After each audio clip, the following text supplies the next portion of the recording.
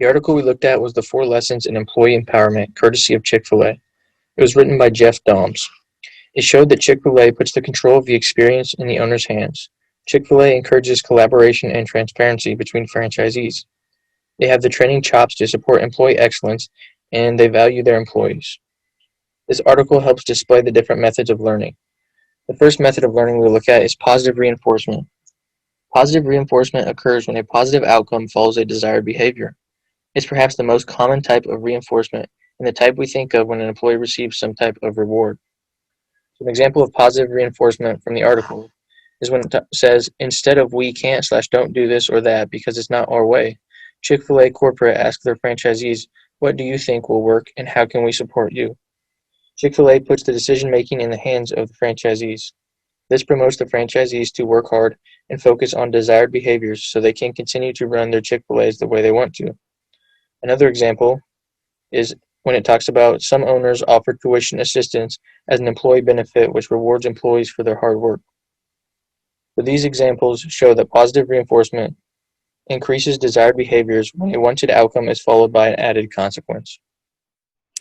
The next method of learning that we can look into is when a consequence is added and is an unwanted outcome.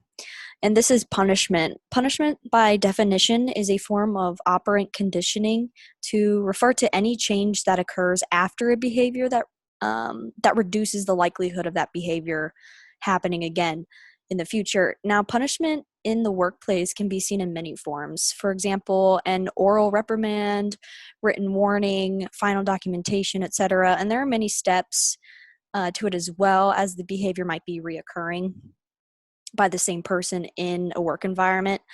Now, Chick-fil-A does not implement many punishments to their employees because they do not want to create tensions and competitions to exist between different locations. They want to stray away from using punishment techniques in order to discourage feelings of negativity. And it would also ultimately result in consequences like negative feelings towards employers and employees as well. So this is not a good strategy for them as far as implementing methods of learnings to the employees.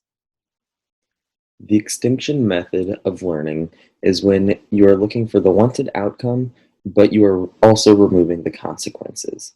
And this is essentially going to be decrease in unwanted behavior. So, for an example, let's say that the store in one part of the country is struggling with their sales, and they're not quite too sure on how they'll be able to turn that to make it into a positive.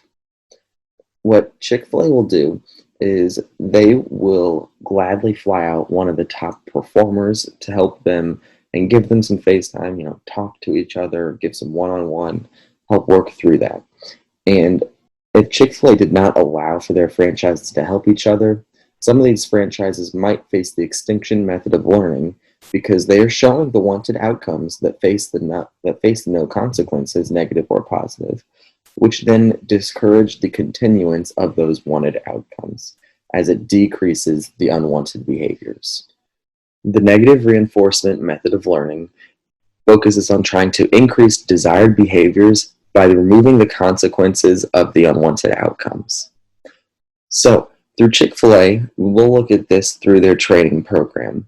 Their training program is very thorough, customizable, and it's designed to be targeting the behaviors and the operational aspects that really matter to the customer. So, without this training, there's a lot of things that could go wrong. But with this training, if we're looking at it and we say that there's one behavior specifically that the trainees aren't necessarily picking up on as they go through this, what Chick-fil-A could do is negatively reinforce it. They could make it very annoying for the trainees to potentially have to get through that one thing. And in order to reduce the annoyance, the trainees will spend more time, which thus increases the likelihood for that wanted behavior, as opposed to decreasing the unwanted outcome or the unwanted behavior, which would be the bad side of that.